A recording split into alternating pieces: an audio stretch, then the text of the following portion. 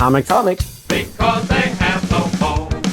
It's Hammer Time, and I'm Joe Getcho. And I'm Mike White, and this is the podcast We Like Comics because they have no bones. Find us on social media at Boneless Comics Podcast or on X at Boneless Comics 1. That's right, and we are also a clean comic book podcast, which we want to make sure that you know that we are, because we are. And But on this podcast, we chat about comics from Marvel, DC, IDW, Dark Horse, Image, and more. But today we're going back to DC because we're going to hit the big two here for a little bit, and then we'll go back into the IDW, Dark Horse, Image, and more in the next couple episodes. So stay tuned with us. But anyway, you should also go and find extra content on bonelesscomicspodcast.com, and also look for our after shows and more bonus content on our YouTube channel at Boneless Comics Podcast. Sometimes we do really cool stuff. Sometimes we play video games. Sometimes we do things that are just completely weird because that's just who we are, and we like to record it sometimes, and you like to watch it, so you're right there with us. But also, you know, no matter what you do, make sure that when you're on YouTube, you hit subscribe and click the notification bell to get updates. And also subscribe on podcast platforms and all that stuff. So that was a big commercial. Thanks for hanging with us. You had your coffee today? I did. I'm ready to go. If you're interested in more bonus content, let us know in the comments on YouTube. We already have plenty of cool extras like Spidey Joe's one-shots, additional reviews, and even a tour of some of our comic memorabilia from over the years. And my artwork for today's episode is really just Steel in his modern outfit, standing next to our Banana Man, who's dressed up as the new villain Silver Mist. So more on him later. All right. Well, let's get into our review of Steelworks, which covers Action Comics number 1054 through 1056, and Steelworks number 1 through 6, published by DC Comics in 2023. So this is a very recent one that we're reviewing here, and it was written by none other than Michael Dorn, which if you know Star Trek, or you know us, and you know Star Trek because of us, you'll know that Michael Dorn plays Worf, I mean, obviously, and so now he's writing comic books, which is pretty cool. And we also have pencils by Sami Basri. All right. So our characters for today, there are not a lot of them, but Superman is basically the oldest character in DC's stable of characters. So given that Steel is related to Superman, there's a lot of continuity that we're going to kind of quickly go through to explain the characters here. So our main character is Steel, or John Henry Irons, and John is named after the folk hero John Henry, who drove steel spikes for a railroad faster than the machines, but died in the process. So our John is also a builder, although his genius inventions have often been taken by others to do harm. So to avoid this, he quit the tech company Ameritech and began working construction. During this time, he was rescued by Superman from falling from a great height, and inspired by Superman's example, John Henry developed his steel suit capable of flight, projectile weapons, super strength, and force field projection. And he also wields a hammer that actually carries like kinetic energy in it, like his namesake. And so when Doomsday fought and killed Superman, John tried to help, but he wasn't able to get to the fight in time because he was delayed by saving citizens that were like left in the wake of the destruction caused by their fight. So he felt like it was his responsibility to carry on Superman's legacy after he died, and he began working to inspire hope and change. And then upon Superman's revival, he was the only replacement Superman that actually got Superman's blessing to like wear his logo and sort of, you know, fight the good fight alongside him. It wasn't because he didn't actually say, hey, I'm the new Superman. Yeah. He just used his logo and said, hey, I'm taking over for Superman. My name is Steel. Yeah. And I think that went a long way with Supes to be like, hey, you didn't try to replace me. You weren't calling yourself Spider-Man. Right. And people were confused because everybody's Spider-Man. You know, you have a different name. Right. Yeah, and I mean, Superboy at the time was also going by saying, don't call me Superboy, I'm Superman. And even though he was like really young. And so that was a whole thing. So yeah, I think John kind of like earned Superman's respect. Yeah. So we also have another character called Steel named Natasha Irons. And she's John's niece, and she's also a genius inventor in her own right. So she also shares that moniker and is intended to eventually succeed John. So that kind of like DC legacy hero thing is very much in place, where like she's not exactly his protege, like she's kind of just like cooperates with him, but yeah, he very much intends her to like, you know, carry it on after him. So due to her father's trouble with the law, she was actually adopted by her aunt Lana Lang and Uncle John, putting her in the right place to use her inventiveness and technological prowess. So she's been a member of the Titans, the Authority, and is a member of the Superman family of heroes. And far more than a young sidekick, she kind of brings John down to earth sometimes too. So she'll kind of like call him on his bullcrap every once in a while. It's always good to have somebody do that for you. So we also have, this is probably going to be the biggest change for people that are kind of like old school fans of Superman, because this is recent information that's come into the comics. We have Superwoman, who is Lana Lang, of all people. So she is the former classmate and friend of Clark Kent from Smallville, Kansas. And due to the events of Flashpoint, there were briefly 2 Clark Kents and 2 Lois Lanes on Prime Earth, which is the modern continuity. So when the Flashpoint created Superman died, all this energy was released, and it was absorbed by Lana Lang and the secondary Lois Lane. So while the Flashpoint created Lois eventually exploded from the energy, Lana gained the ability to convert solar energy into various forms of electromagnetic energy, and she can also fly using the same energy. So if you've read like the Superman Blue and Superman Red comics from the 90s, which is like a period where after he came back, he split into 2 energy beings, she is kind of like Superman Red as far as like her capabilities and the way she looks and everything when she transforms. And if you haven't read those comics, then you're like me and you're just like, Lana Lang what is is Superwoman? This is weird. Okay. Yeah, so books. she eventually settled on the moniker of Superwoman. And so she and John Henry Irons actually fell in love, and they're engaged at the beginning of the story. So now we're going to really quickly run through the Superman family, which is kind of the whole umbrella for the characters that cooperate with Superman in his crime fighting and, you know, saving people from aliens.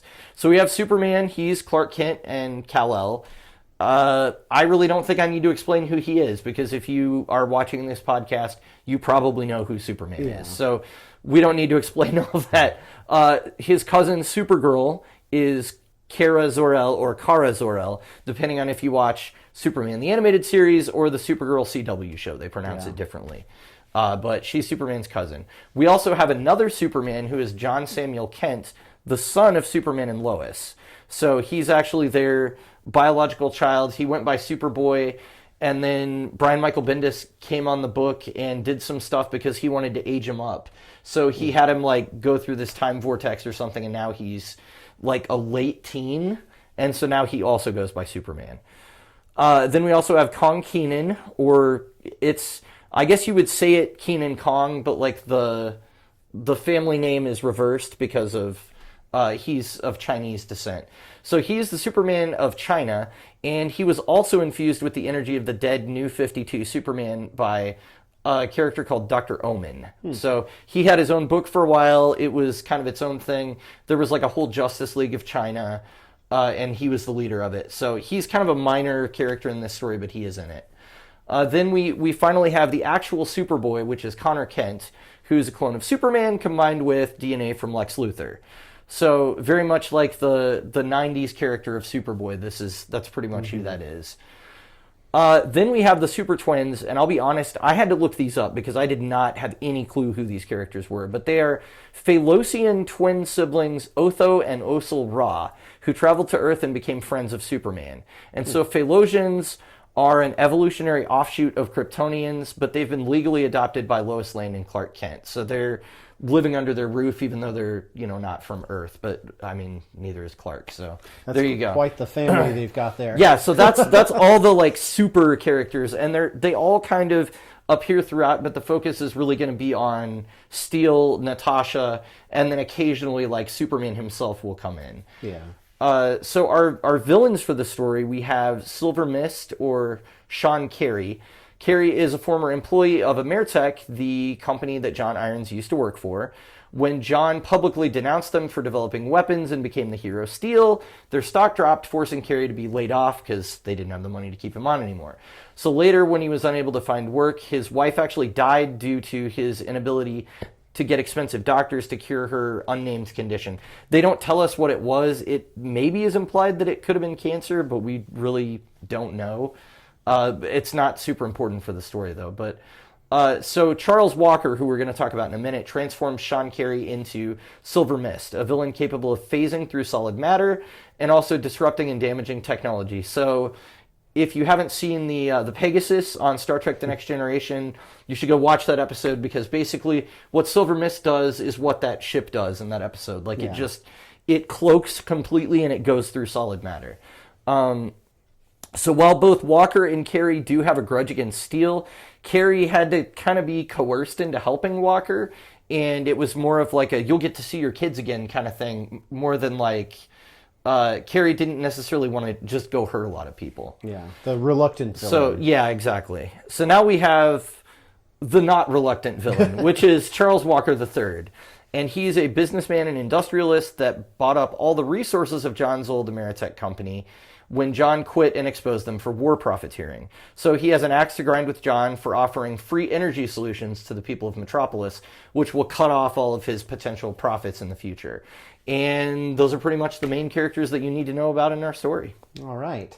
So as for our actual story, it begins with Steelworks officially opening its doors for the first time. We have John Henry Irons, a.k.a. Steel, who's joined by the super family, and I'm just going to abbreviate this, and regardless of who it is, it's the super family to get through this synopsis. So they are demonstrating their commitment to collaboratively shaping the future. So there's this big whole presentation and board meeting and everything about that. So Irons is showing off his revolutionary central energy grid, which is going to empower ordinary people to protect themselves rather than relying solely on superheroes. So that's kind of what his motivation is to... What is that motivation? You never asked. You were never so specific about the craft. Sorry, that's... anyway, Galaxy Quest. But anyway, so his motivation is that he wants to allow ordinary people to be able to protect themselves and not have to rely on superheroes all the time to come save me, come save me. So as a gesture of his dedication to this vision, he promises to give up his cape for good and no longer be Steel. But then, of course, things escalate and he has to become Steel again, so that doesn't last very long. Because Sean Carey, business failure attributed to Steel's past actions, is manipulated by the Ameritech CEO now, Charles Walker III, into becoming the villain Silver Mist. He gets new abilities, he infiltrates Steelworks Tower, causes their defenses to malfunction, and this prompts a discussion amongst the group to kind of, how do we change the world for better that doesn't involve the superheroes or superpowered people putting out brush fires 24/7. It's like, emergency responder, but it's like nobody else can take care of this. There aren't you can't call for backup. It's these super people have to take care of everything in the entire city, or the city's just blown up. Well, especially in Metropolis, because if you look at Gotham, there's a lot more serial killers per capita than like any other place in the world, but at least the destruction is usually not on such a massive scale. Right. But the kind of things that they're facing in Metropolis are usually like taking out city blocks and, things like that. So, yeah, it feels a little unsafe. Yeah. Well, it's kind of like Powerless, where they're like all in the skyscrapers and the people are fighting, through the city, and you can see them on the 13th floor of the building or whatever. They're just looking out, and there they are, and they get a first row seat. But that's not really a safe place to be in. No. So Silver Mist injures Natasha, and John reveals his development of 0-point energy, which is actually a real thing and not a comic book made-up thing. But he wants to use this to create a world where no wars, no conflicts, there's no famine, but he has this foreboding feeling about it's not going to work out exactly as he wants it to, which it's comic book, so of course it won't. And especially we've seen with stuff that's funny and stuff that's serious, that anytime something new is unveiled and you have a press conference to show the entire city, look at this new thing, of course somebody's going to come and steal it either during that press conference or right after. And so that's what happens. He's giving a speech at the Super Celebration Centennial Day, and some cybernetic soldiers launch an attack, but it's a distraction because Silver Mist swoops in and takes the 0-point energy orb that he has and dashes off with it, and mists off with it. But he didn't mist the target. Okay, I was trying to think of some good puns for this villain. I'll have to keep thinking on that. So John also discovers that the 0-point energy that he's created uses this Genesis energy, which is the same power that brought Superman and Natasha back from Warworld. And then there's a little note in the comic that says, see the pages of Superman, the Warworld saga. So if you have read that, then that makes sense to you. Or if you're like me and you haven't read that, I just read it off a page because I don't know. But basically there's this type of energy, and apparently it brought them back from this place called Warworld. So there's a little bit more to it than just the 0 point energy like you would hear in like modern day science. So that's kind of the important takeaway from there. Because of that, it's able to destabilize the powers of the Super Family and his partner, Lana Lang, who is, of course, Superwoman. So it makes it hard for them to fight back because the energy that Silver Mist was created using is similar to that. And so they have a hard time fighting him, except for Steel, because it's like destabilizing their powers. Right. So anyway, Silver Mist infiltrates Steelworks. He steals the 0 point energy orb. Walker uses the orb to power this like colossal Steelworks robot, which leads to a climactic battle with Steel and the Super Family. But then Silver Mist switches sides because he was the reluctant villain, and now he is like, hey, I don't like this guy. I'm going to hang with you guys. And he helps Steel find an inoculation against the Genesis energy. So now everyone can team up against the colossal Steelworks robot. And then the story ends with Superman hurling the 0 point energy into the sun because it's just too dangerous. John and Lana are getting engaged, and John is also renewing his efforts to rebuild Metropolis even stronger than before. And that's pretty much our story in a nutshell. Yes. So watch this short clip and we'll be right back to discuss. Well, what have we here? Call me Steel. Steel? Metallo. The meeting of the metals. Well then, Mr. Steel, may the best alloy win. Please, madam, that is the photon torpedo launcher. Sir, I protest. I am not a merry man. Assimilate this. We have to do Michael Dorn impressions as we talk through this comic. Exactly. Or every time Steel talks. I mean, they didn't draw Steel to look like Michael Dorn like they did with Keanu Reeves in Berserker. So it's a little harder to know that, Michael Dorn's associated with it outside of, it says it like everywhere it can on the comic book, like by the legendary, the sci-fi icon Michael Dorn, yeah, like that. So. And on the front it says written by sci-fi icon and the voice of Steel, Michael Dorn.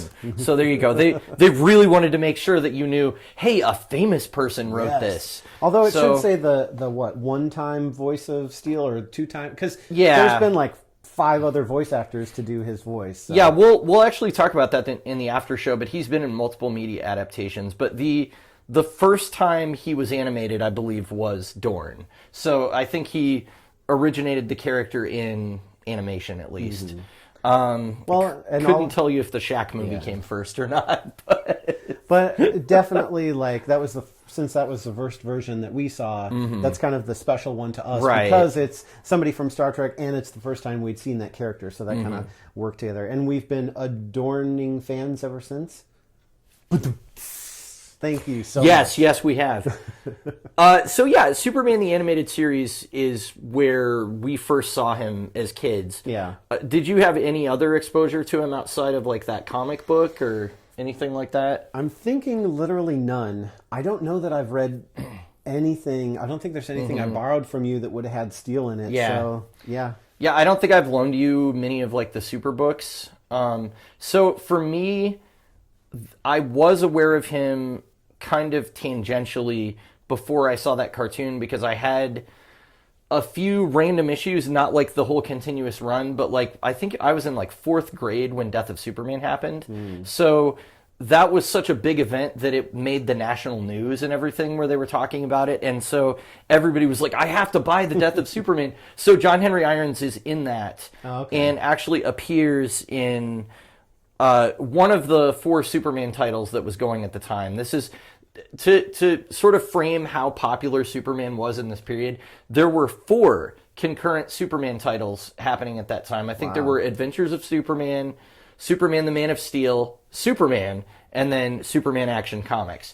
And all 4 of those titles you had to buy to get the whole story. So that's kind of what Marvel was doing with Spider-Man at the same time. So it was kind of like a 90s thing, but Steel debuted in Adventures of Superman, I believe. So, and they actually had one of the various other fake Supermen debut in different titles. So they all kind of had that like through line going. But yeah, Death of Superman was such a big event that I was aware that he existed, but that was kind of it. And then I saw the cartoon and I was like, oh, this seems like a cool character, because like literally Superman's fighting Metallo, and I'm like, well, he's taken him down before, he should be fine, until Metallo starts firing kryptonite beams out of his chest. Well, surprise! And I was like, oh, he's dead. Yeah. Like, this is not going to go well. And so in the episode, John is actually like working on the suit, and Natasha is there with him, and she's like, you know, he's like, it's not ready, and she's like, you're gonna have to put it on, or like Superman's gonna die. Like he's not gonna survive this. So he kind of has to suit up and just, you know, become a hero in that moment, and actually does end up saving Superman's life. So it was a cool introduction. It was definitely different than what they did in the comic books, but it was enough that it made an impression on me where I was like, oh, I like this guy. Yeah. So yeah. Yeah, that was a really, really cool moment. Like, I can still remember just, like, getting goosebumps about, Right. like, what's Superman going to do? He's screwed! I know.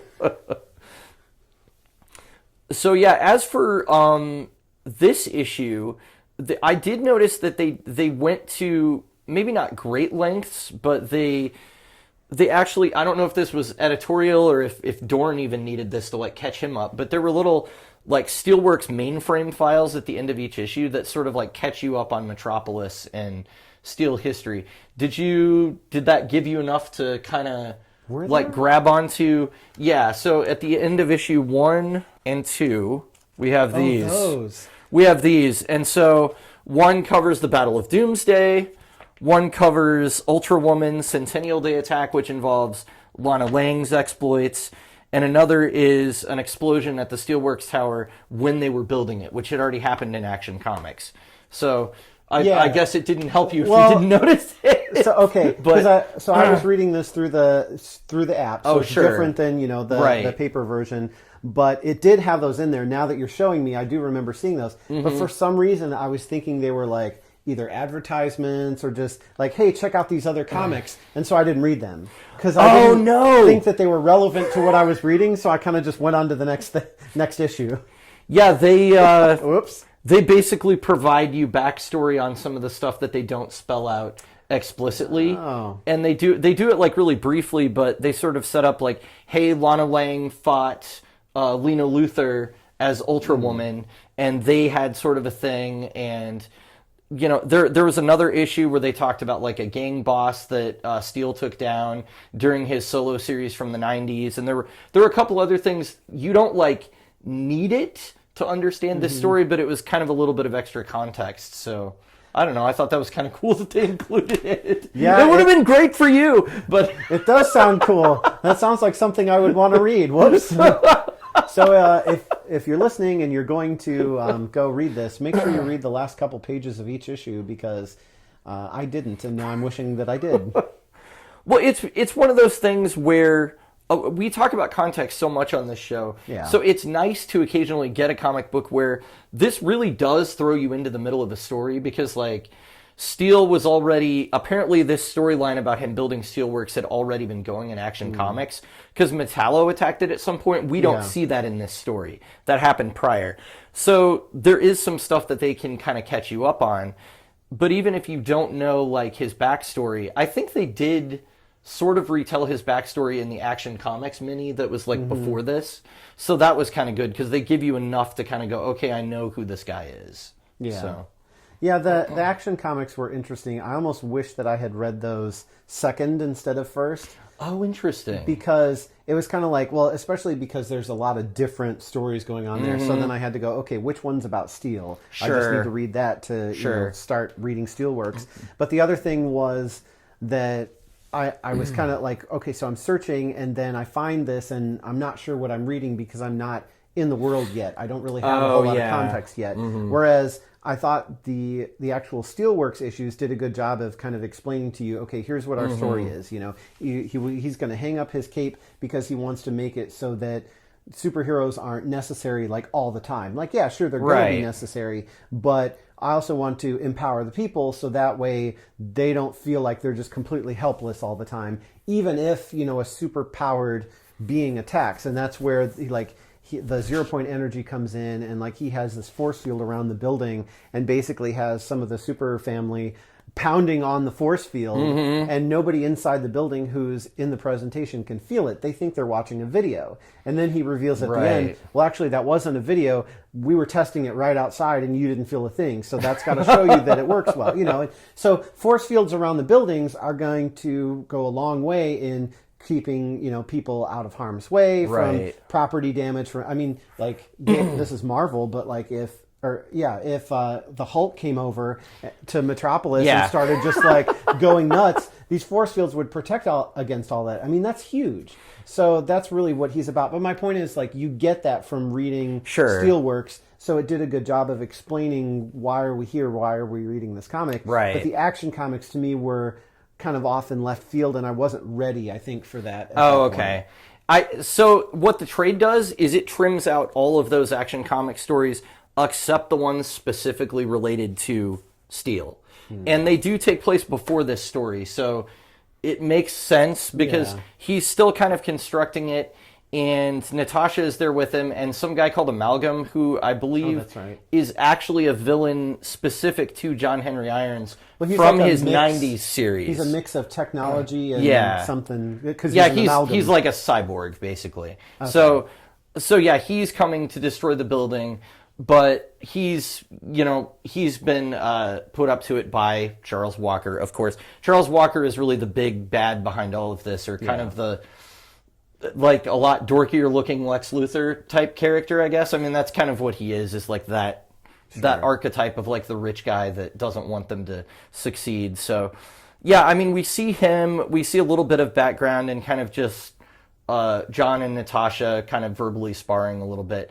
I enjoyed it, but one thing that actually drove me nuts about that is that writer, who was not Michael Dorn, so he brings Mr. Terrific in, right? Oh, yeah. And they're both calling each other brother and like talking, I don't know, they're talking like out of character, because that's not who John Henry is. He's not like so much of like an urban character that's jive talking. If it were Luke Cage, it would have totally fit. Like, yeah, Luke Cage talks like that in Marvel Comics, but only because of the writer again. Exactly, only because of the writer, and like he came out in the 70s, and that kind of became part of who he is. So Steel isn't really a character that talks like that, and Mr. Terrific definitely isn't. He's like this super well-educated, like super genius, basically the Mr. Fantastic of the DC universe. So it was really weird to have them like using a lot of that really, I don't know, relaxed slang when they're two like science people. Yeah. And it almost felt like,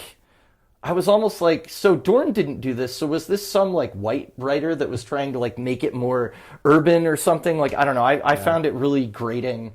Also, Mr. Terrific was kind of a jerk in those issues. Like he came up and like attacked him with all of his T-spheres and stuff, and was like, I'm not going to let you do this. And I'm like, why? Why does he have a problem with him giving free energy to people? Yeah, I remember reading that and being like, wow, Mr. Terrific's really different in the comics than he is on the CW for sure. Like, but then later he's just like, I was just testing to see if your security was any good or something. And I'm like, did we really need that? Like, I don't know. No, it just seemed like a good reason to have a story that started and ended and fit within Action Comics. So I think that's why I kind of was like, I don't really know what to do with these, because some of them are weird. And they seemed like they were going off on a few little tangents. There's a little bit of background info there, but ultimately I think you could read the miniseries by itself and skip that, and you would be able to understand it. I mean, it's kind of like the edge of Spider-Verse, where it's like, we're getting these additional looks into the universe, but if you don't know what the universe looks like, then why are we reading about these weird spider people coming out of nowhere? But if you know that, it's because of the Spider-Verse and it's the multiverse and all this other stuff, then you're like, okay, these are additional stories. Whereas with that, I was like, where does this fit? What am I doing? Help me. And Mr. Terrific's kind of a jerk, and what's going on? And, and then I get into Steelworks, and I'm like, okay, I feel comfortable here. Well, there was another, I hate to like belabor that point. There was another part where he's like, take off your suit and fight me. And I was yeah. like, John Henry Irons was a steelworker and he's really smart, but beyond being a super genius, Mr. Terrific is like a Olympic gold medalist and like knows how to fight really well. So I don't think that's a fair fight, like at all. Like I don't think that they should do that. Well, and maybe that was the trick, was he was trying to say like, well, you know, you're this big muscular dude, so I mean, obviously you're going to wipe the floor with me. So why don't we just see? I was like, I don't. You guys shouldn't be fighting like this. I don't know. Anyway, I was glad that we moved on from that and got into the story proper. So. Yeah, we don't need to see the superheroes fight. We've had plenty of that for literally no reason. Yeah, and it's like, oh, who would win in a fight, Superman or this or that? Like, does it really matter? Why can't they just fight the bad guys? Why can't we have let's have Superman fight Zod. Who's going to win in that fight? Well, we know Superman's going to win because the bad guy always loses. Well, have you read The Death of Superman? Like, sometimes the bad guy wins. That's very true. So one of the big changes that I know you were not aware of before this was John and Lana dating, because that started during New 52. And it's one of the few elements of like Superman from New 52 that they didn't retcon out. Did you feel like those characters made sense together, or did you have any feeling on it one way or the other? I didn't really have any feeling one way or the other as far as the pairing goes. But I will say, you know, how we talked about in the Buffy episode about the like overly dramatic and cue the sad music and we have to have a heart-to-heart conversation. And it's so meaningful and deep, but it has nothing to do with the story or anything. So Smallville did that to some extent. And so the way that Clark in that story was just like all over like his feelings for Lana and then her rejecting him and all this stuff. Just like anytime I hear Lana Lang, I just cringe inside because all I can think is of the over emotionalism in that TV show. So that it's really tainted my view of that character. So when she was in this, I'm just like, oh man, like I already felt like, man, I can't believe she's in this. And then I was like, well, but she's not like that at all. Yeah. This is a different character. This is a different comic. It's a different writer. Like, okay, just take a step back. But then apart from that, I was like, I really don't know who this character is. She's just like a different version of Lois Lane, but with a different name. I have no idea. So I guess it makes sense for a Superman type character to have a, you know, Lois Lane type girlfriend. So sure, it works for me. I don't know. Lois Lane actually is not in this story. Oddly enough, really at all. So, but it's not about Superman, so it kind of makes sense that she's not really there. Although he is in it, and his whole family too. Yeah, that's true. His whole family except his wife, I guess. Well, she can't fly in on, you know, the commemoration day like they can. So but shouldn't she be covering this, you know, press conference that John Henry Irons is doing? I don't know.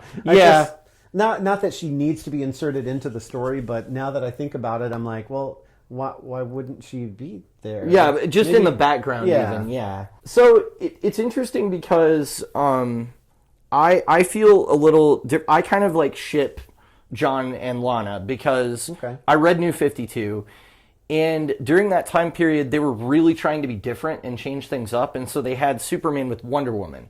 Well, that immediately means Lois Lane has way less to do in the book because she's not going to be there every time Superman is around. Right. So they work together, but he's like rooming with Jimmy Olsen and she's like dating some other guy. Hopefully not Steve Lombard or somebody like that. But and she actually outs his identity to the public when she finds out that he's Superman. Like, so there's like no love thing between them at all during the New 52 period. So, and then you also have Lana Lang, and there's literally nothing for her character to do. So I think that they found something where they were like, why don't we pair her off with Steel? And they actually made her an engineer. So she has like engineering know-how, so they can kind of like bond over that. And that they both have kind of like a science understanding. I think John is like way into the stratosphere, like different, but she can at least understand what he's talking about when he's explaining all his tech and everything. So it's a pretty big change for that character. I mean, Superman the Animated Series, if you remember, she was like a model and like a fashion designer or something like that. So she was kind of more two-dimensional? I guess. So this feels like something where they're trying to like flesh that character out a little bit more and give her more to do. So But yeah, they both moved from Smallville, or I'm sorry, Lana moved from Smallville to Metropolis during the New 52 period, and then they kept that continuity. And then Superwoman was actually a book where Steel was a backup character and she was the main character as Superwoman. So this is kind of like we're seeing the flip side of that now with Steelworks. So it's actually pretty cool. It's super. It is. You could say it's super. Well, you were talking about, or you mentioned that Lois Lane, I guess, just rats out Superman's identity. So that instantly I thought of, I think it's the Adventures of Lois and Clark with Dean Cain and Terry Hatcher, where there's, who is it, Tempest Fugit or somebody like that, who's basically in an alternate reality thing and is like, she's like confused about his identity or whatever, and so the guy's basically like, all right, let me spell it out for you. Clark Kent, Superman. Clark Kent, Superman. And she has this look on her face like, oh my gosh, what? Clark Kent is Superman. Like, there you go. Come on. And so I don't know. It's just like I've seen a lot more DC TV and movies than I have read comics. So a lot of times when you say something, I'm going back to something from TV, which most of it is goofy or funny or a lot more crazy than it was in the comics because it's serious, or they did something different with it in TV that wasn't in the comics. Like they like to do, and take characters and ruin them and take away their awesome powers and sew their mouth shut. And that's Marvel, it's really Fox, but. Superman doesn't have a very good track record for media adaptations, actually. Certainly not as good as Batman. Yeah. And I'm not sure why that is, but I much prefer the comics most of the time to the adaptations that we've seen on screen. Smallville really didn't do it for me for the exact reasons you were talking about. Like, there was just so much teen drama and so much, like... And just, I don't know, after he's been...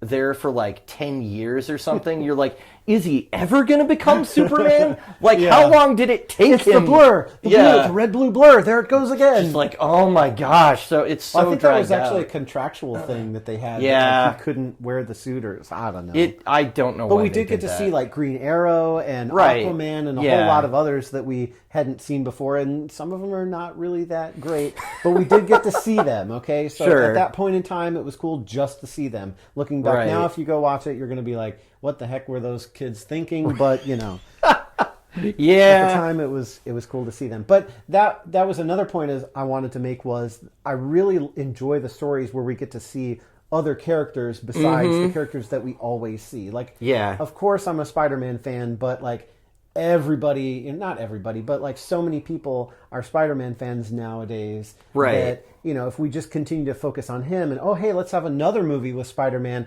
and let's tell his origin again and let's have him meet a new Mary Jane. And like after a while, aren't you just like, okay, we've done this same thing with this character. We've told Batman's origin story. We've seen his parents get shot so many times. And yes, it's tragic, but can we move on past that? Like we've seen that.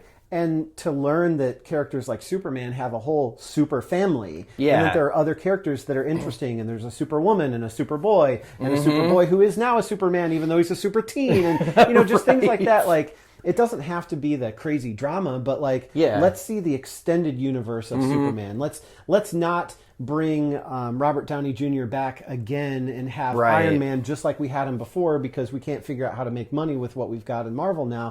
Let's bring in some other characters. Like there's an Ironheart show that's going to be coming on soon. Just like, let's see some of the other characters that are cool, and maybe we can have we can have Superman in the background, we can have Batman in the background, they can have a cameo, whatever, but let's see some of these other characters like Steel. I mean, when has a Steel movie been announced besides Shaquille O'Neal, which never we're not going to talk about. Never, and I mean, I've thought about this a lot. Actually, when I was driving over, I was thinking about the DCEU, the way that they structured things. Really what they should have done is the Justice League movie happens before the death of Superman. And you have the death of Superman happen after that when Doomsday comes to town and nobody can take him down and Superman fights him to a standstill and then dies. Then you can introduce these other characters like Steel and branch out. Sure. take your time building the universe a little bit more. That's what they do in the comics. And that's how we get some of these, fantastic characters that are not necessarily like the A-list characters that sell titles, although he did have a book that ran for like almost 4.5, 5 years in the 90s, so a decent run. But yeah, I mean, and Natasha Irons, for crying out loud, like, she's somebody that you've probably barely seen in anything besides comic books. She was in Superman the Animated Series, but she wasn't Steel yet. She didn't have like her own suit or whatever. So it was cool to read this and see her like kind of superheroing alongside her Uncle John too.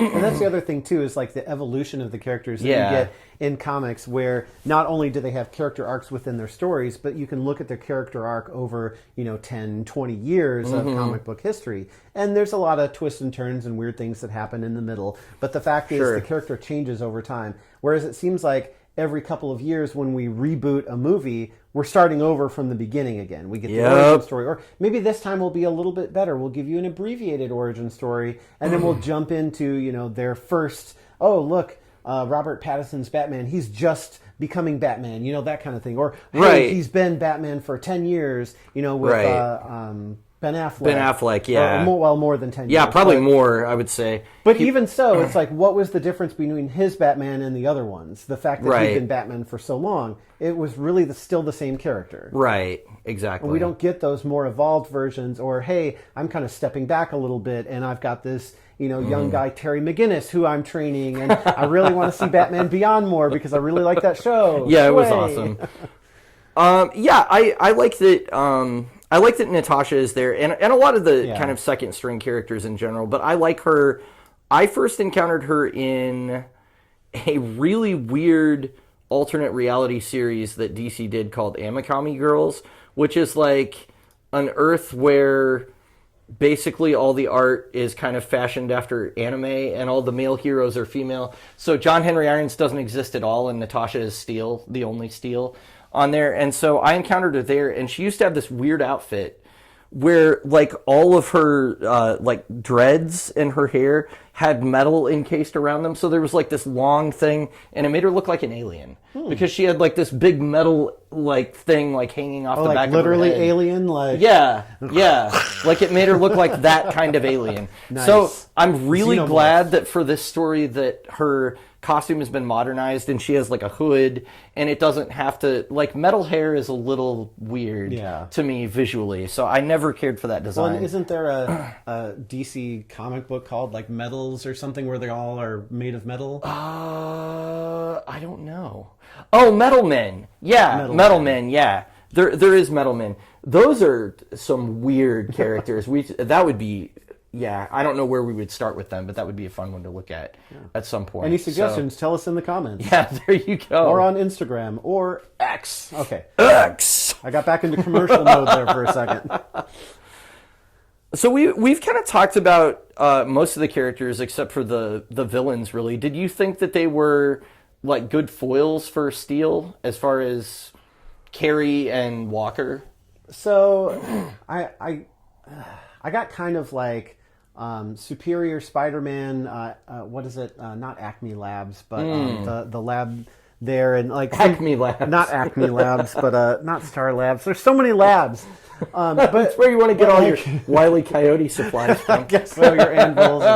No, but like this kind of vibe of like we have this disgruntled employee or this disgruntled person who, from a business sense, opposes our character and then also uses the supervillain avenue to, fight against him. And you have this pawn in the middle who's the reluctant villain. Like, this is probably a good place to start talking about the overall story. Like, I felt like this was an episode of the animated series, and like a good episode. That's a good way to describe not it. a like this is a cartoony throwaway whatever, but like a good episode of an animated series. The whole run, but it's an episode where it kind of leaves you at the end with, we really didn't change much from where we started, but we're going to continue this theme, and then maybe we'll do something with it later. But it felt like, to me, like this episode where everything kind of wraps up and we don't really change a whole lot. We have some kind of cliche, stereotypical things where we have, the bad guy villain, and then we have the reluctant villain who switches sides at the end,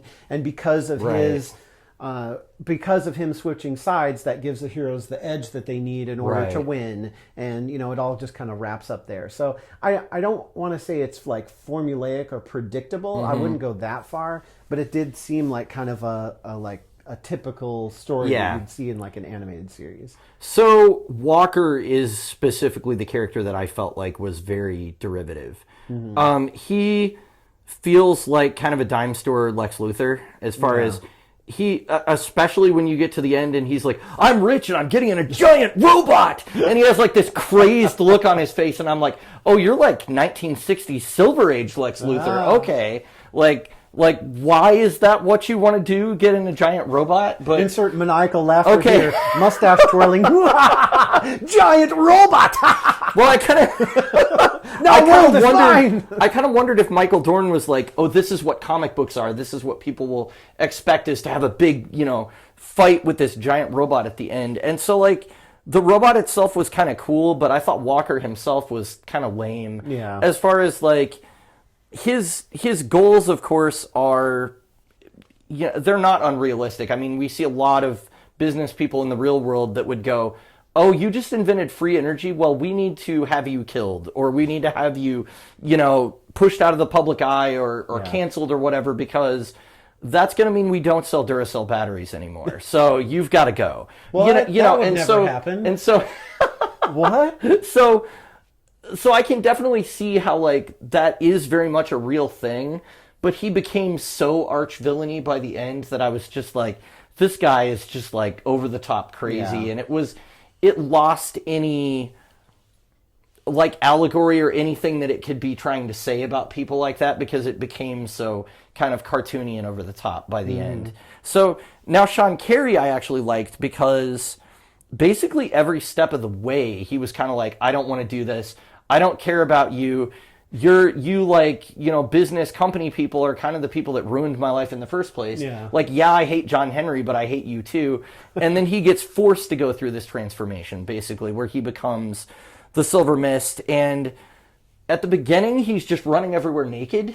Yeah. So at first I was like, why does that happen? But they did explain it where they're like, well, he's intangible. So he goes through his clothes and everything. And I just happen to have a suit here that will be fit you perfectly, and also because of your unique abilities, fit those abilities so that it will phase with you. Right. I'm a genius. Yeah, so that's, if you look at my art for the episode, I actually have that suit on the Banana Man. He's wearing the sort of intangibility or tangibility protection suit. But then I also felt like they weren't consistent with it, because there's one part in the story where Steel punches him straight in the mouth. And I was going, wait, so, and he like knocks the faceplate off. So I was like, does the suit mean that he can control when he does and doesn't phase, and he just didn't phase out at that moment, or maybe he can only phase his entire body and not certain parts. Yeah, maybe. So because he was phased here, he couldn't unphase his face. Or... Yeah, I couldn't figure out why Steel actually connected with him there. So that was, it's not really a big deal, but it was just something that within like the logic of the story, I was like, hey, wait a minute. Yeah. But I did like that John Henry seemed to have a previous relationship with him a little bit, because he knocked it off and he was like, Sean? Like, he recognized him from when he worked at Ameritech. And so I think that at least that part made it personal, to where it was like, oh, this isn't somebody that, really hates me and is truly evil. He's just had some horrible things happen to him, and, he's been dealt a really bad hand. And so it was kind of cool to see him flip, even though, yes, that's kind of a story trope to see the villain, one of the villains at the end turn on the other one. But I felt like he didn't have a lot of good reasons to go along with Walker in the first place. So when he flipped, it wasn't exactly where I was like, oh, what a surprise. It was more like, yeah, you really don't like that guy either, do you? Yeah. So I don't know, it kind of made sense. I think I could have used a little more like maybe some convincing from Steel of like, hey, I take off my mask. Hey, I'm a man like you, a working man. And, when I left that company, it's because they were doing stuff like this that were hurting people. Now look what I'm doing. I'm creating force fields that are going to protect the city the next time that a giant colossal robot that looks like me goes on a rampage. So who do you want to ally yourself with? The guy who is twirling his mustache and laughing maniacally and making giant robots that are causing destruction? In this case, literally twirling his mustache. or me, who I'm trying to protect the city and do the right thing here. Right. And then it could have like an aha moment for that guy. Of Yeah. Why I'm on the wrong side, dude. Okay, let's, Well, the only thing Walker had to hold over him was like, I'll be able to get you custody of your kids back from the foster system or something. Yeah. And that was really the only promise. But that it was kind of weak that Carrie followed him in the first place over that, because he immediately was just like, my kids? And then he was like along for the ride. And I'm like, are you that easy to flip, dude? So he was kind of a weak character as far as his motivation towards the evil and the good side. Like it's like whoever's in the room that talks to him is going to convince him to back their side. Well, maybe that's what happens in the next trade, is that he goes back to the villain side. Oh my God. He's a double agent. Now he's a triple agent. Now he's a quadruple agent. I mean, does he die at the end of this? I couldn't remember if he died. I think recall. You see him in the wreckage of the robot at the end, but I don't know if they like confirm that he's dead or not. So he honestly could go on to be another superhero if he decided to. I mean, he doesn't have to be evil. And really, any beef that he had with Steel is pretty much over after this story. Yeah. So, yeah. We've kind of talked around John's plan for the city. So this actually was my biggest disappointment with the story. This isn't gonna necessarily reveal my rating or not, but so his plan is like amazing. So he's going to have a force field grid that's capable of withstanding superhuman attacks. So when Doomsday came and was just like trashing buildings and Steel had to go save people, and that's why he couldn't get to Superman to help him, that wouldn't be a problem anymore because all these buildings are going to withstand those punches. Right. And we saw that early in the story. He also he's going to give the free 0-point energy to all the civilians. And he's going to have, so now they don't have to pay for electricity. So that's another thing, like that's probably going to reduce poverty when suddenly nobody has an electric bill. And then he also has these shield drones to like quickly evacuate people from dangerous areas. So the drones like swoop in and they send out like a shield bubble and they grab people and then they pull them away. And so that was all really cool. And I really hated that the Genesis device didn't work out because I was like, this is a great... Exactly. Genesis is planet forbidden. It's permitted, it's not. Exactly. What I With my backwards friend. Yes, I did notice that the device was called like the Genesis device. But I really was disappointed that didn't work out because I thought this would be a cool status quo shift to actually explore in the Superman titles, to be like, hey, Metropolis is the only city on Earth where there's free energy and it can actually withstand attacks. And I would have really enjoyed seeing across the whole Superman line like how that affected things in the future. Yeah. Like maybe there would be technical issues that would crop up or people that tried to take it down like they did in this, but I felt like there was more story potential in keeping that in place than there was restoring us to the status quo with like, well, the Genesis device, it affects all the people with Kryptonian DNA really adversely, so like they can't fight, except apparently it affects like older people less. I don't really understand why that was. So Superman was like shaky but kind of okay. And then like all the younger ones were like, we just can't fight at all, like we're useless. Yeah. Like I think didn't Superboy actually lose control of his heat vision at one point, and it like blasts an area and they were afraid people were going to die. So yeah, I was just really bummed about that because I was like, what a cool story idea. They could totally run with this, and Superman does sci-fi things kind of in the background all the time. They have stuff like Inner Gang. They have, Lex Luthor has his mad science side as well as his business side. So I don't know. I thought that was kind of a cop-out just to get us back to like square one, basically, that they were like, well, it doesn't work. I don't know. Well, that's what I was saying. Like, I kind of felt like this was an animated episode where it's like we had this really cool thing and all these great promises, and then we had to go back to square one, so that way the next episode we could tell another story that's completely different and maybe further the main story, just a little bit. And that's kind of what it felt like for me at the end. But to your point, like that would be a very unique thing to do with a superhero book, is to like, let's have the city protected. Yeah. Especially with Metropolis, like all these different places like Angel Grove and like where the Hellmouth is in Sunnydale. Sunnydale, yeah. And like all those places, it's like, who would live there? Like, after all the death and destruction, a couple of times, like, okay, hey, this place isn't so safe.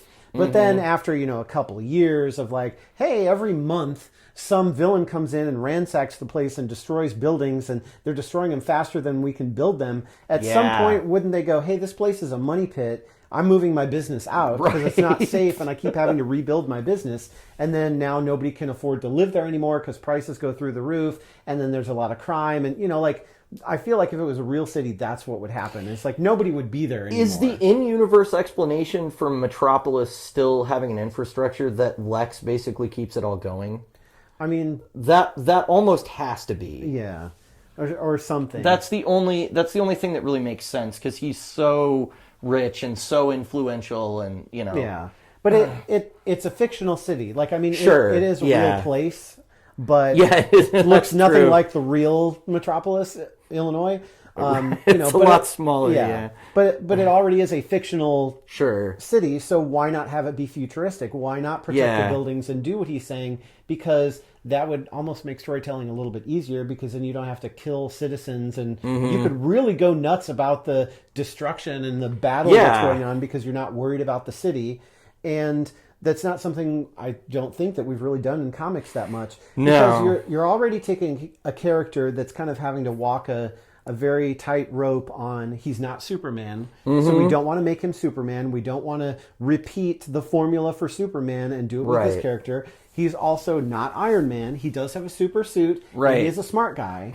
But he is not Iron Man, and he is not T'Challa, because T'Challa has a younger sibling who's able to take over his mantle that is extremely smart. So, we've got all these other characters that are very similar, that are more A-list characters than Steel, that you have to be very careful that you don't copy what they're doing. And I felt like Dorn did a really good job of not going there. Yeah. But I would agree with that. Things that really would have made him unique and long-lasting got reset at the end.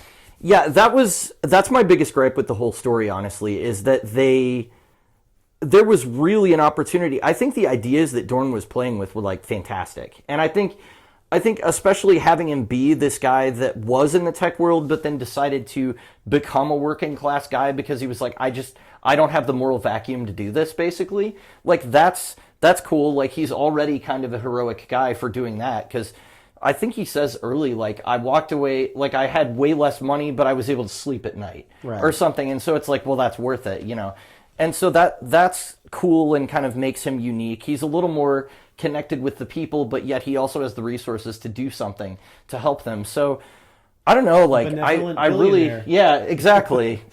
Like about that in the Green Arrow episode. It really, that feels like it was a super long time ago. Yeah. It really would have been unique to just let this play out as opposed to resetting it. And I really hope that wasn't a mandate that came from editorial. Maybe I don't know if like Dorn felt like I can't alter things too much because I know this is comic books and it's serialized storytelling, but I think it would other books too. Yeah, it would affect other books, but I think it really would have been a good way to go for the whole line. So yeah, that's the only thing that disappointed me about it. I kind of felt like, oh man, it's not gonna work.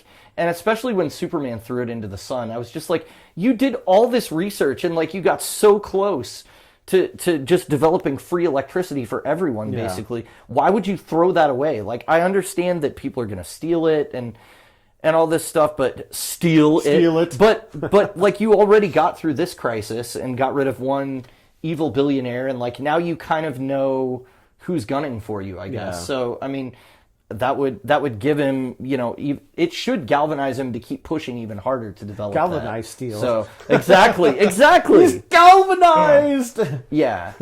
Like Negaduck.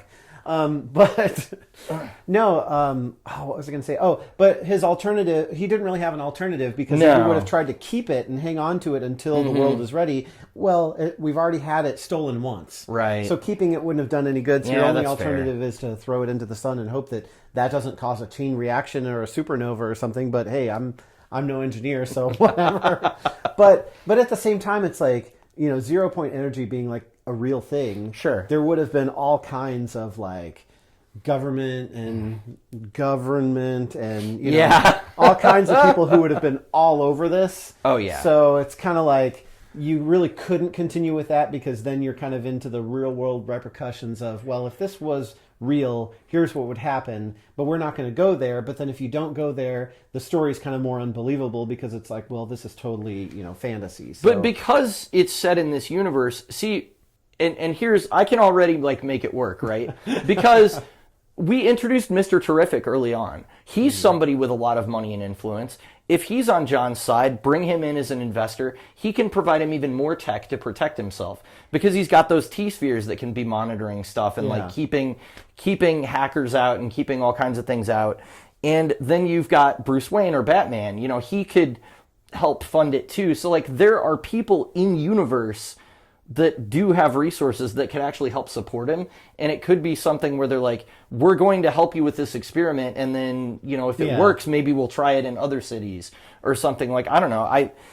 Yes, maybe they could have it fall apart eventually because, no storyline continues indefinitely in comics. But I think it was a big enough idea that it was worth more than 6 issues to explore. So. Well, and now instead what we're going to have is a story where Mr. Terrific and Steel meet up again, and Mr. Terrific's going to be like, hey man, so, I was really thinking about this 0-point energy stuff, how it could be really beneficial. And Steel's going to go, bro, let me tell you a story. So I actually invented it, and I actually had it, and it got stolen from me. Yeah. And you remember that giant robot that we saw last year? Oh, yeah, totally. That was because of 0-point energy. So, but of course I couldn't keep it. I had to have Superman throw it into the sun. But, I did invent it. Yeah. I'm sure you did. Uh-huh. Yeah. Yeah, okay. So that's the story we're going to get between those two characters now. Basically, yeah. So I don't know. That really bummed me out. It was a good idea. Yeah. So the other big theme, or I guess the big idea at play is What's the big idea? Is not a science fiction idea, but more kind of thematic to the story is sort of the push and pull between, are we relying too much on super people to save us? Or, is it good to be inspired by their example? And, that whole thing. And I kind of felt like, at least early in the story, I was like, dude, do all this stuff, sure, but don't step away from being Steel. Yeah. Like, people still need you to be a superhero. Like, that's not going to go away. And I felt like it was kind of naive to be like, we're going to build a city that will never need superheroes. Like, not in the DC universe. Yeah, right? Like, well, again, it's like places like Metropolis and New York City are just such a magnet for all kinds of powerful beings that there's no way. Like, we're not even talking global threats. We're talking just a city threat. Like, there's a big threat against the city, like, every day because there's all these heroes that are in, the same place. Like, it's really bad with Marvel in New York. It's like everybody's got like a sector, and it's like New York. They're going to destroy the world here. They're going to destroy. They're like New York is cartoonishly in peril. Yes. There's like 5 attempts to destroy the world all at the same time, and they're all happening in New York. Yeah, that kind of thing. So I forgot what my point was, but yeah, like well, the idea of like, is it possible to develop infrastructure to the point where we don't need superheroes? I mean, maybe someday, but are you really that cocky that you're going to come out of the gates and be like, hey, I developed some force fields, and I think that they are so good that I'm hanging up my suit? People are going to be like, no, let's have Steel and not the force fields. Like, are you crazy? Well, and in that issue, he suits up again after saying like that he wasn't going to do it anymore. So I was like, we're not really committing to this idea, but he's a liar. Yeah, I mean, there's a moment where, like, I think it's Superboy calls him out, and he's like, dude, have you lost your mind?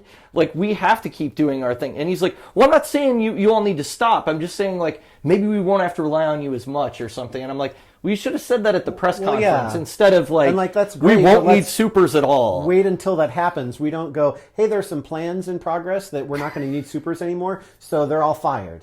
Right. Like, well, wait a minute. Oh, the energy shield will be ready on Tuesday. The minute you announce that, Parasite and Brainiac are like right there, to destroy this. It's okay. It'll be here on Tuesday, so you'll just have to wait until then to try to wreck the city. And they're like, no, I'm not waiting for anything. Like, the superheroes are all gone, so yeah, I'm going to do it now. Like, well, no, you wait until that's in place before you renounce yourself. Yeah, you don't want to take away the protection before the protection. Exactly. So yeah, I feel like maybe what Dorn was trying to do, at least with Carey and John Henry Irons, was have another character that is then inspired by him to kind of like, oh, now Steel has inspired Carrie to be more heroic, whereas Steel became a hero because he was inspired by Superman. And so there's kind of like a through line there, and I feel like it would have been better to focus more on that and like show more of Carrie and John Henry's relationship and sort of how they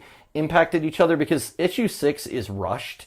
Like, there's no way around it. Like, they go off panel with Carrie, and then they come back with a cure that can inoculate all the super people. And it's like 2 or 3 panels later. And so I feel like that's really what was missing, was they could have, like, really played with that idea, and it would have been a nice kind of, you know, paint by numbers from Superman to Steel to Carrie to seeing, like, okay, this is how we're passing on the heroic legacy. And it's not by invalidating superheroes, but it's by like showing other people that they can contribute as well. Right. So and it's not just we're passing the powers from one to exactly. another. It's like, oh, now we have Superman and Superboy, or we have Batman who trains Robin and then trains another Robin and another Robin, you know. But it's like somebody who's just, I'm just inspired by you and I'm going to be my own superpowered character, but I wouldn't have got there without your inspiration. Right. So that's a lot different than the kind of like typical DC passing things on. It's like somebody stumbled upon the powers that somebody used to have. Right. You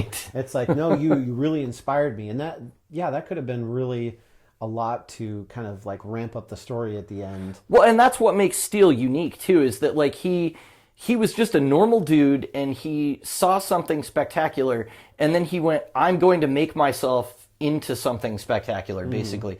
And he put like all of his intellect and determination into accomplishing that. So yeah, I don't know. I think like there was like a nugget of that idea in there, but it needed to be like fleshed out a little bit more. So basically he's the comic version of what we really should see in the real world, is somebody should get inspired about all these comics and, you know, have the money and resources and knowledge to build themselves a thing to be a... But, I mean, any vigilante, I'm sure, in the real world is going to get shot down, like, quick. So probably. Couldn't really happen, but it's still fun to think about. But if you have force fields, then... Yeah, force fields and 0-point energy and... then you Genesis? All right. Well, I guess we should probably move on to final thoughts. Yeah, I think so. Let's fly on over. We like Comics. because they have no home. All right, so let's... Oh, sorry, I bumped you. Talk about our final thoughts. It's all right, I have a force field. Oh, yeah, there we go. Force fields everywhere. Force field man. So I'm going to go first, I guess, because you went first before. And yeah, that's fine. I think my review is going to be a lot more simpler because I don't have a lot of the context that you do. So originally, I think after I was done with this, I landed at about a 3. But I think after talking to you, I might go up to like a 3.25 just to give it a little extra, because I did enjoy it when it first started out. And then by the end, I was kind of like feeling indifferent about it. Like, it really didn't do anything to excite me. It wasn't like, wow, this was a great story. But, you know, kind of looking at it now, it's like they did sow some seeds at the beginning that would have had a really great payoff by the end, and we didn't get there with it. Instead, we got back to the status quo, like we mentioned, and it kind of felt to me like it was like an episode of something, which, I mean, if there's a whole bunch of episodes and this is one episode out of a whole bunch of them, it'd be a pretty cool show. Yeah. But just reading these 6 issues and the Action Comics, which kind of lost me a little bit, but just reading this in and of itself in a vacuum, I wasn't really that excited about it. So nothing against Michael Dorn or pencilers, colorists, you know, everybody editors who went into making this product, but just for me personally, wasn't that excited by it. But I thought it had potential. It's interesting because sometimes I give things points for potential. Yeah. I really do like playing with big sci-fi ideas, and I was such a fan of, you know, like I said earlier, the direction where this story was going. I was like, I would love to see the Metropolis titles be taken over by this storyline and see what the city looks like when it's got that grid up and when they can evacuate citizens and stuff like that. Like, maybe it's not going to have the same like dark edge whenever a villain comes to town if nobody dies, but isn't that maybe a good thing? Like, I don't know. So Yeah. I feel like Dorn had a lot of really good ideas at play, and honestly, it felt to me like the ending was rushed. It was really issue 6 specifically, where I felt like, wow, we're wrapping this up really quick, and there's stuff happening like off panel, like Carrie's redemption arc, and even like Superman kind of getting his mojo back. Like that happened like so quickly that I was just like, okay, they should have really like stretched this out a little bit more and let us, kind of sit with it. And also talking with you, thinking about like the character motivations and Carrie specifically, how they could have maybe made him a better character. I wanted to give it a 4 because really I just love the character. I really enjoyed the Superwoman book. I was really happy that they got her away from where that book ended, which was she lost all her powers, and they actually restored them in this title. So I was impressed by that. I was like, okay, cool. Like we're getting her back to being a superhero again, and now she can fight alongside him. And it's always good to see Natasha Irons because she's a character that isn't always guaranteed to show up in like the Superman books. So, it was fun to see her and John's kind of interplay back and forth. But it really just didn't quite reach a 4 because of the reasons I said, where I was like, it would have been a better story if they had allowed things to actually change. Yeah. And I know that didn't used to be the nature of comic books, but it totally can be these days. Where we're like, we have events at Marvel like Civil War that just totally upended the status quo for the whole universe for like a few years. Or something like this could have been something like that as well. But even so, like if this was a 12-issue arc, and we went through it and we fleshed out those things, and then by the end we figure out that this Genesis frequency is the reason why we can't have these force fields, because as great as they are, the technology it's built on is harmful to the super people. So now we have a conundrum of, do we protect the city and have no supers, or do we not protect the city and rely on the supers? And then we're faced with this dilemma at the end. Like I think that would have been a really cool, that would have been really good story arc for it. Yeah, so it's like the potential is there for a really great story, and I really like a lot of the ideas that Dorn had. I just feel like he didn't quite commit to it 100%. So I'm actually going to go 3 point. Well, I was going to say 3.5, but that's going to make the math really hard. Yeah, I'll say it's 3.5 bananas for me, because I wanted to give it a 4, but it's just he didn't quite stick the landing, and that's frustrating when I was really excited about where it was going. So I love the character. I've always liked the character. I wish that he showed up more in the Superman titles. So it is good that he got a miniseries. Like hopefully we'll get more of that stuff in the future.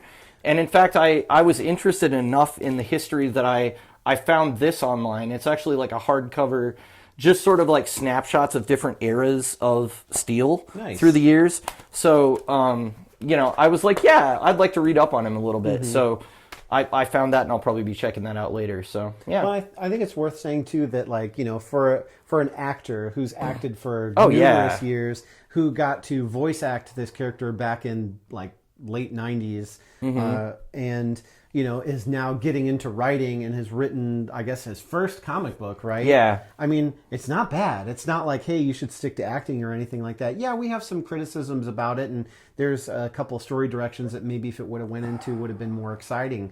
But I think overall, like, it was good and solid for an entry into the comic book universe. So I hope that he, even if this isn't super well received or even if it's got mixed reviews, I hope that he keeps writing, because I think he could get to the point where, we could have like a full story arc, and actually, like, maybe if we don't change the status quo, at least we have felt like we went somewhere with the character, even if we can't keep the cool force fields and the 0 point energy and all that stuff. Sure. Yeah, I guess just as a last thought on Dorn. Final thought on Dorn's writing. I was very impressed by how much long-standing continuity he pulled in that actually mattered for this story. That's not what you would expect from an outside writer that's not written for a superhero comic book universe before. So I don't know if they gave him a lot of research to do beforehand, or if he had just been keeping up with the character anyway. But that was definitely a strong point of it, was that I was like, oh, he knows what's gone before. and where the character is now. So Well, he's yeah. boldly gone before, where no he man has has gone before. He has. But all the voices too. Like I didn't, Yeah. have much to compare some of them to because I didn't know these characters, but they felt at least consistent in the book. So I would think it's a safe guess to say like this doesn't feel like it doesn't fit within the universe. It feels like the characters were brought in and they had the story, and it wasn't like he had people talking funny. If anything, it was the people who weren't Michael Dorn that were making people talk funny. So, Right, exactly, yeah. so yeah. So I guess that'll wrap up our review. Hopefully you enjoyed this episode of We Like Comics Because They Have No Bones. Make sure that you give us a rating on your podcast platform of choice. Hopefully it's 5 stars or 10 stars or all of the stars. And that you also leave us a comment and that you like us and subscribe to us on YouTube. Yes, and tell us what you think of this comic by posting on social media at Boneless Comics Podcast or on X! At Boneless Comics 1 using the hashtag Boneless Comics Podcast. That's harder to do. Yeah, I don't think I can do that with my hands. For all your comments and questions. So next episode, we're still with the big two, but we're going to be going over to Marvel, so we will discuss Cloak and Dagger. Shades of Grey by Dennis Hopeless and David Messina, published in 2019 by Marvel Comics. All right, well, stay tuned for our after show on YouTube. Until then, thanks for listening, and we'll catch you later. Catch you later. We like Comics. because they have no bones.